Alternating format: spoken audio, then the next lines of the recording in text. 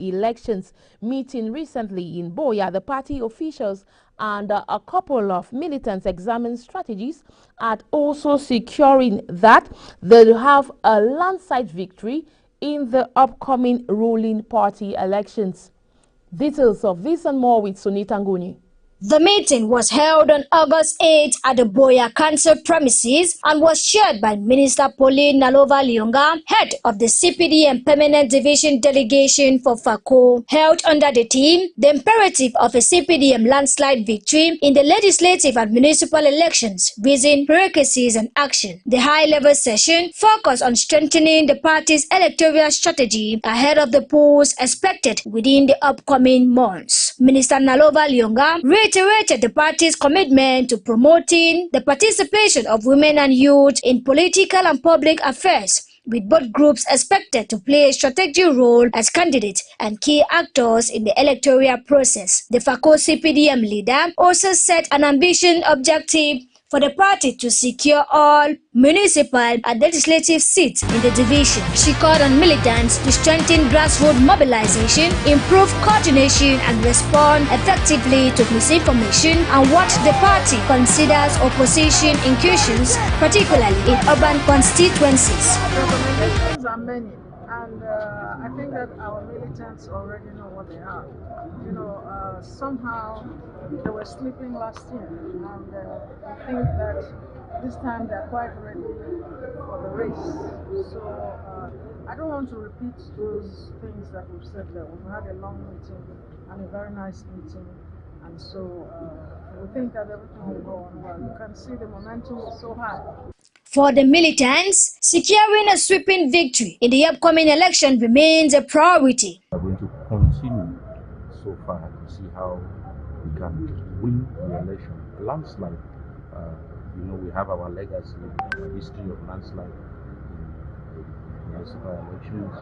The CPDM party is that party that prepares for everything. Here we are again preparing. And we have been instructed as section presidents of this party, that is the only party that is well represented nationwide, to go down to the field, to take the same message to our militants, to our cells, branches, subsections, so that once the elections are called in the months ahead, the party will be ready. Cameroon moved towards the next legislative and municipal elections. The CPDM in Fako says stronger grassroots mobilization, inclusive political participation, and strategic coordination will be central to its electoral ambitions. The party now faces the task of translating its mobilization drive into voter confidence and electoral support across the division.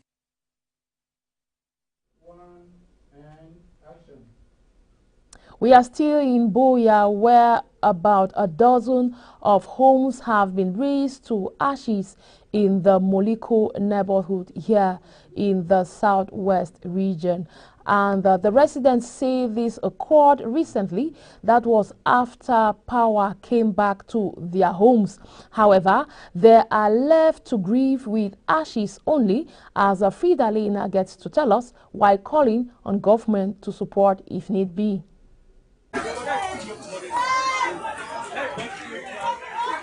Tragedy struck at checkpoints Boya on Saturday, August 8, 2026.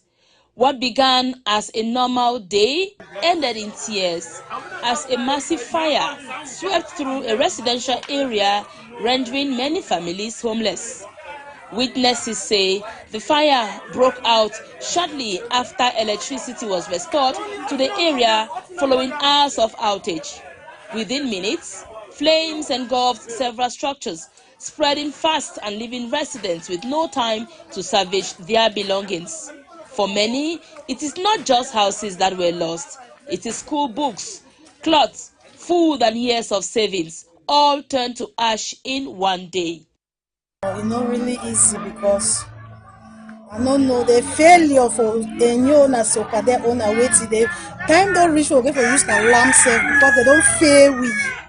Because all the things they happen so na there current as light go off come back yesterday so like cause it in and with this now so they homeless. One start one good one now how Because even clean self no fit comot. No man no be there. I want talk say what I want talk. Say in short, and you don't feel we. So at the tongue that say it's in short a time for use slang. Angry residents are blaming the incident on a power surge, accusing authorities of negligence. They say outages and sudden returns of electricity have become frequent, but no one warned them of the danger. For our quarter compound because the store the so because we know for quarter at least more come for us like neighbors. So they the 6 light take am. 6 light take am now. Don't make up to 2 minutes. As they see that light, they send them. They see again send them. I want you to they call me say, "Usa look, Usa look, Usa look." I say na me this. You come for quarter is the place. I say na me this. Never tell so house to burn, house to burn, house to burn. For one come out to the camp. All the usual different occasions like security, they for one camp, they struggle to not avail no way, no nothing. So I say and so this will all we do so 10 of them say nothing, no do, no move, no nothing. So we do how they say all things will go the hand, or it already happen, what it don't happen. So Families are sheltering with neighbors and in other spaces. Children who were supposed to prepare for school are now wondering where their next meal will come from. As Boya counts its losses at checkpoints, the call is growing louder for better power regulation, for emergency response, and for support for families trying to rebuild from nothing.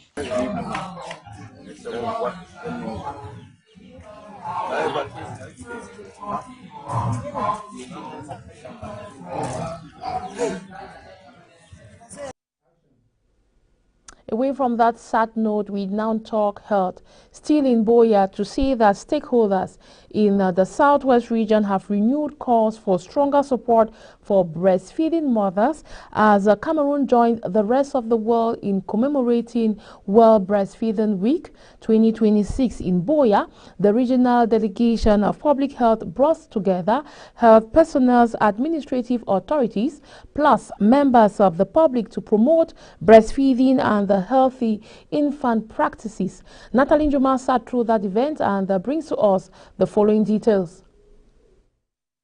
Breastfeeding is more than nourishment. It is a powerful investment in the health, growth and future of every child. It is in this light that the 2026 edition of the World Breastfeeding Week in Boya culminated with a sensitization walk through the Boya Independent Square, Boya Regional Hospital stretch, and back to Bongo Square. After the sports walk that featured health workers and health partners, the grand launching ceremony of the 2026 edition of the World Breastfeeding Week took place at the Boya Town Integrated Health Center, where breastfeeding mothers present received health education on the importance of exclusive breastfeeding for the first 6 months after birth, after which appropriate complementary foods should be introduced while breastfeeding continues. The event took place under the theme Breastfeeding for a Sustainable Start in Life, Strengthen What Works.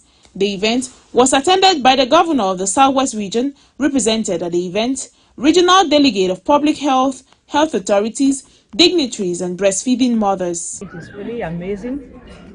We have found mothers, breastfeeding mothers, who are so interested to know about all what breastfeeding is all about. And we've also observed a wonderful week-long activities that started from the 1st of August to today that we are rounding up.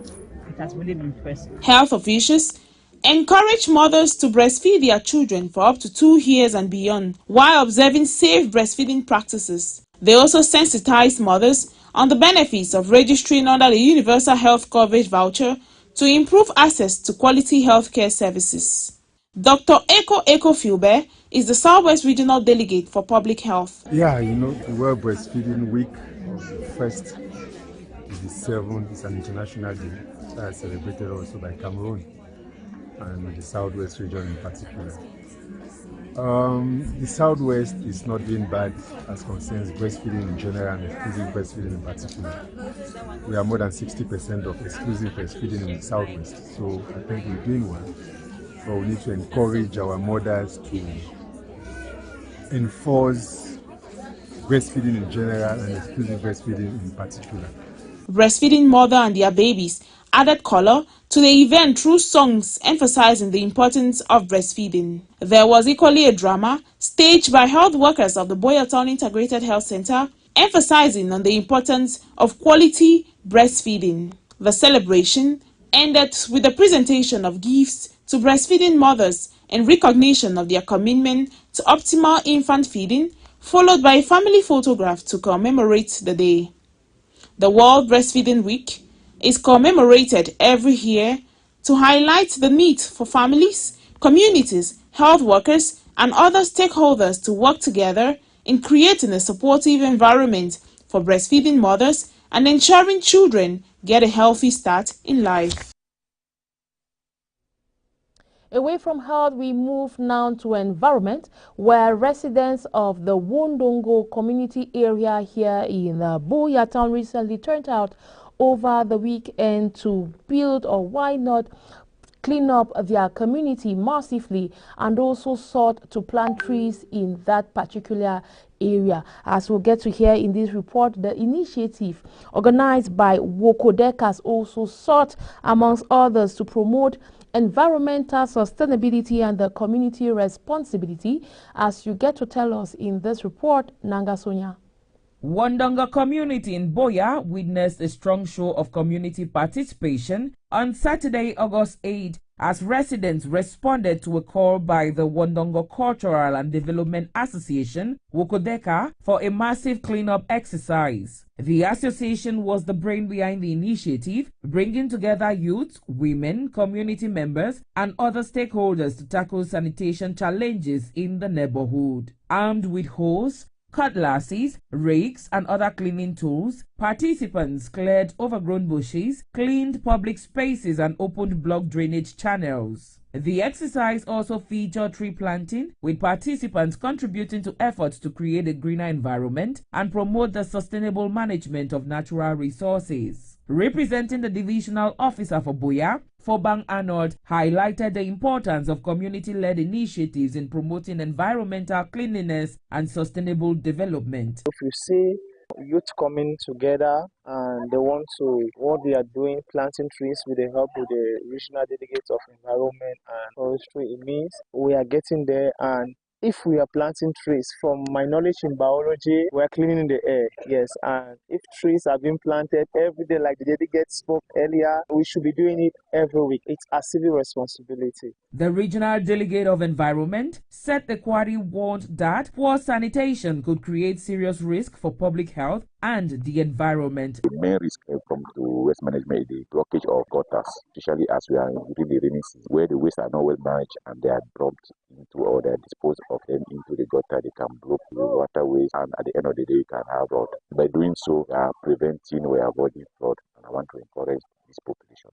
The tree planting exercise equally highlighted the importance of protecting natural resources and encouraging environmental responsibility at community level. Etonengole, nursery officer with the Program for Sustainable Management of Natural Resources, explained why tree planting remained essential to environmental protection.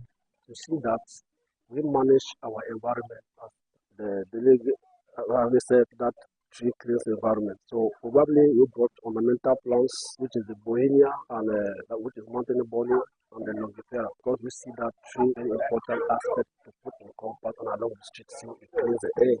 President of Wokodeka, Edmond Linongenjo, said the association deliberately combined environmental action with sensitization on illicit drug consumption to promote both a healthy environment and a healthy population. They are bringing on board stakeholders from different ministries to make sure that the objectives are attainable. And we also have stakeholders from abroad who are making sure we have all the necessary tools for the cleanup, we have all the necessary tools for empowerment of our youth. We have also one of our objectives, which is back to school, that we support the youth of our municipality to make them to become strong youth in future. So we have all these measures put in place to ensure that Wokodeka attains its objectives and Wondongo remains a very clean city, a very clean quarter that will win and will go on changing the lives of those inhabitants who come from this community. The exercise ended with a call for residents to sustain the gains made by keeping their surroundings clean, protecting the newly planted trees, and supporting community initiatives geared towards environmental protection and sustainable development. 5 days after being designated as the new second-class chief of the Great Support community here in Boya, Dr. Absalom Monono has turned to God in thanksgiving, asking for guardians and also calling on God to help him lead the people of that area. Nanga Sonia was there at the event and puts for us these details. From the traditional stool to the house of God, Great Support's chief designate Dr. Absalom Monono has begun his leadership journey on a note of thanksgiving. Just 5 days after emerging as the choice of the 7 family heads during the consultative talks for the Great Support traditional stool, the chief designate, accompanied by his kingsmen, family members and friends, gathered at the Ebenezer Baptist Church Great Support this Sunday, August 9th, to give thanks to God. The Thanksgiving service brought together friends, well-wishers and members of the community who joined the chief designate in celebrating what he described as a significant milestone in his journey to the throne. For Dr. Absalom Monono, the moment was more than a celebration. It was an opportunity to acknowledge God's hand in the entire process, from the passing of the late Chief Etina Monono through the consultative talks to his designation as the new Chief of Great Support. The Bible teaches us that all authority on earth is given by God. And when our chief died, we asked the church as a family to pray for us so that we can go through this period of mourning calmly, in unity and in peace. And that the consultation for the selection of a new chief should be done smoothly.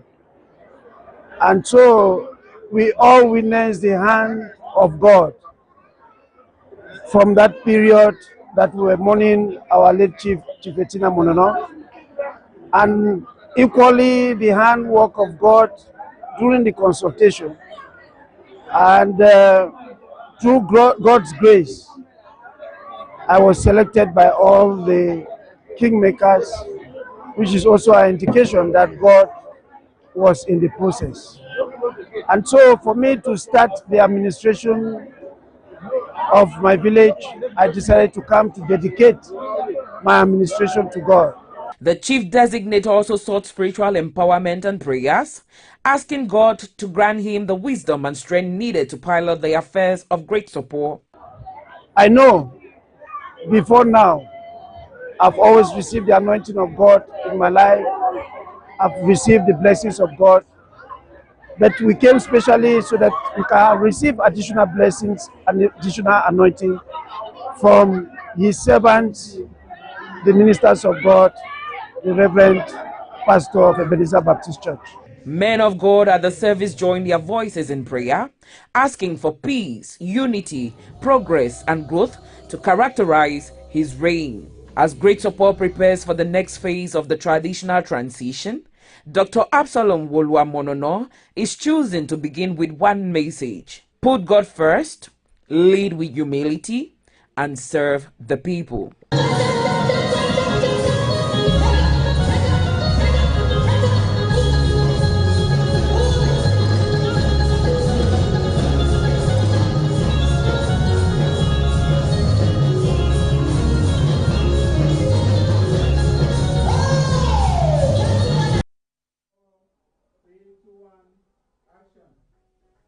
Masoma Kala Julien O'Neill has been designated as successor to the late His Royal Majesty Kala Eso Richard. This happened recently at the ancient Royal Palace of Mongo Island as the people gathered in a historic chieftaincy consultative meeting that brought together government officials, others in the community, plus a good number of state heads, as you get to tell us in this report brought to us by Natalie Njuma. Born on January 10, 2009, the young chief is now placed to steer the activities of one of the most reverend traditional schools in the Fako division. Masoma Kala Julian O'Neill was crowned over the weekend as the designated successor to manage the Mongo Island, a village located in the Thiko municipality. The ceremony was presided over by the senior divisional officer for Fako, Angebe Vion Mekala, alongside the divisional officer for Thiko subdivision, as well as the Lord Mayor of Thiko Council. It brought together traditional rulers, kingmakers, custodians of Mongo tradition and elites of Mongo. The consultative talks began with the national anthem, a prayer and a moment of silence in honor of the predecessor of the Mongo Island, His Royal Majesty Kalaisome Richard. After closed-door deliberations, the kingmakers presented Masoma Kala Julien, who was formally introduced to the gathering by the SDO. The choice, however, was met with objections from a section of the community who questioned the legitimacy of the kingmakers involved. Critics claimed that another list of kingmakers accompanied by the identification cards had previously been submitted to the mayor. The allegations have raised questions about whether the consultation fully complied with established traditional procedures. The Mongo Island remains central to the traditional identity of the people and is home to the Bonako, regarded as a source of the second-class traditional stew alongside Bonasone, Bonamanja, and Bonamune. The royal lineage is traced to the Bonawalong clan, particularly the Bonaiswamwalong branch, from which the late chief Kala Eso Richard originated. Traditional rules provide that the Bonadumba Mwalong branch may only assume the throne temporarily if there is no eligible male heir from the Bonaisoa Mwalong line. The designation of Masoma Kalia Julian therefore represents the continuation of the direct royal lineage. The kingmakers are expected to provide further clarification on the historical and genealogical basis of the succession as the process advances towards final confirmation. For the Mongo people, the emergence of the young heir marks the beginning of a new chapter. The young chief's expected role will be to preserve the traditions and heritage of his ancestors while leading a community navigating the demands of modern society.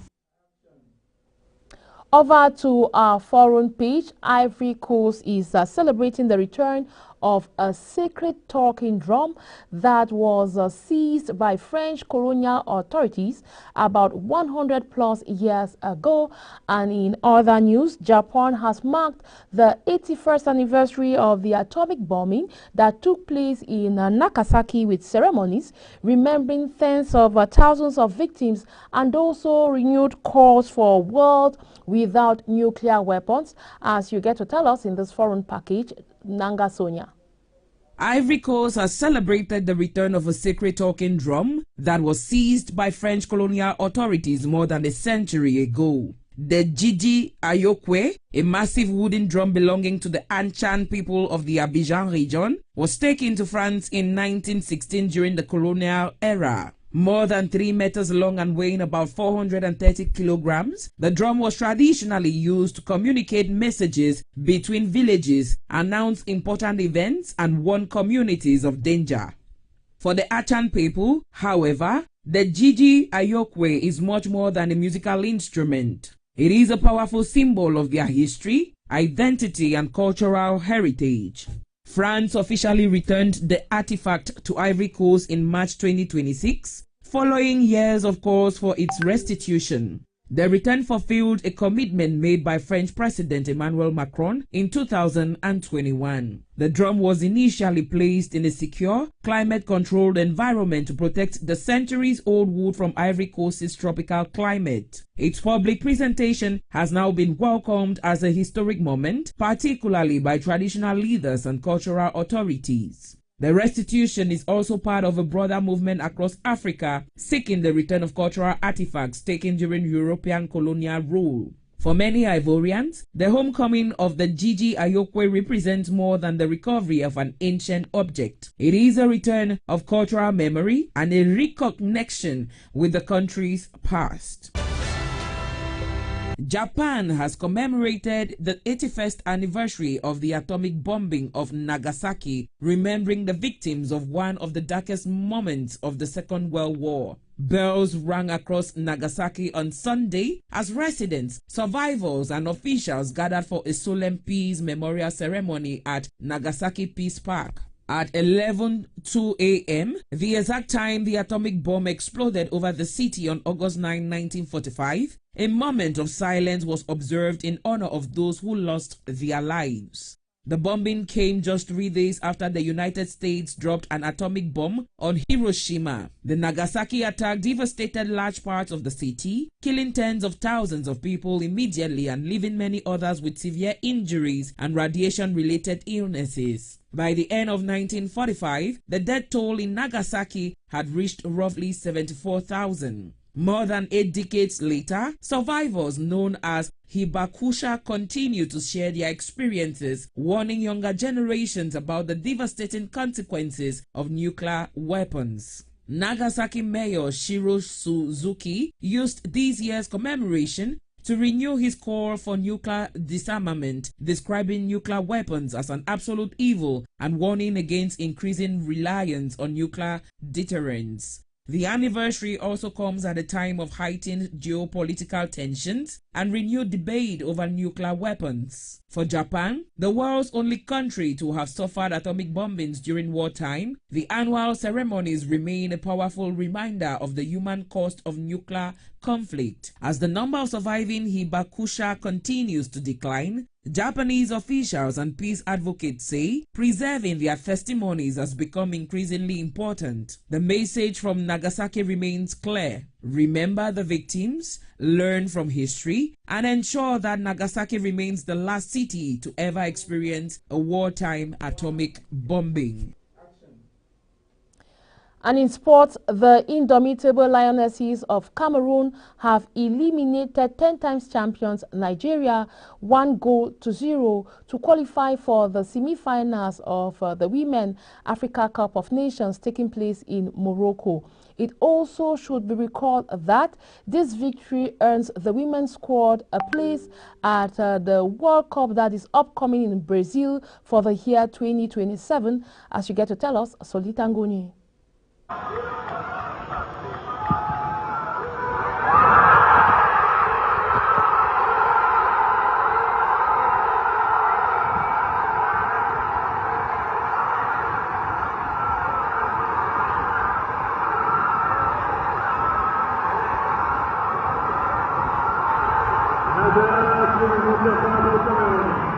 Thanks to a 19-minute try from Maiva, Cameroon have now booked their place into the semi-finals of the ongoing Women's African Cup of Nations in Morocco. The narrow victory has also helped secure the indomitable Lionesses a place at the 2027 FIFA Women's World Cup in Brazil, marking their first World Cup qualification since 2019. The achievement also sees Cameroon reach the WAFCON semi-finals for the first time since 2018, keeping alive their hopes of winning the continental title for the first time. After the final whistle, head coach Ngele Valentine expressed confidence in her side, insisting the team will continue to approach the competition one match at a time. Kayla, elle était tout simplement incroyable aujourd'hui. Elle a été parfaite sur toutes les actions. Elle a donné tout ce qu'elle avait aujourd'hui. C'est une très bonne gardienne. Donc je crois qu'elle a prouvé qu'elle méritait qu'on la fasse confiance. Il fallait déjà réussir à gagner notre quart de finale d'aujourd'hui. Il fallait rester solide face à la lourde attaque du Nigeria. Donc je crois que les filles sont restées solides. En ce qui concerne la demi-finale, on verra, ça serait une autre stratégie forcément. For the players, securing a place at the World Cup is a major boost to their confidence as they set their sights on going all the way in Morocco. We're so happy, I'm relieved. We've been waiting for this moment for the longest. It wasn't easy, but we did it, so we're super happy. It wasn't easy, we scored early, we didn't have a lot of occasion, but we did everything in the back to prevent the goal. It wasn't easy, but I would say the Hemle, Cameroonian mentality. We gave everything, and we fought for the jersey and for the Cameroon flag. We didn't think about losing. We came here. Obviously, we're not the favorite, but we came here with a plan. We stuck with the plan, and we did everything to win. So we were not thinking about losing. The quest for Cameroon's maiden WAFCON title continues on Wednesday, August 12th, when the indomitable Lionesses take on host nation Morocco in what promises to be a very tight semi-final game.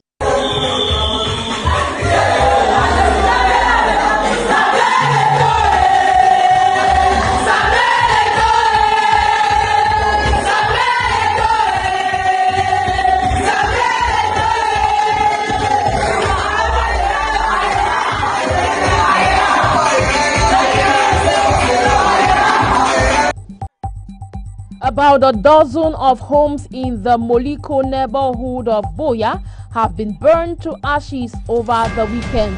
The victims, now homeless, have been left stranded as the struggle to navigate life's challenges without government aid or support. After more than 100 years, Ivory Coast is actively celebrating the return of a secret talking drum. It should be recalled that this drum was seized by French colonial authorities about a century ago. Cameroon 1 and the Nigeria 0. The indomitable Lionesses of Cameroon have ousted 10 times champions Nigeria in the ongoing Women Africa Cup of Nations in Morocco. This means Cameroon's women's squad is qualified for the 2027 Women Cup or World Cup in Brazil. Televiewers, we have come to the end of this newscast.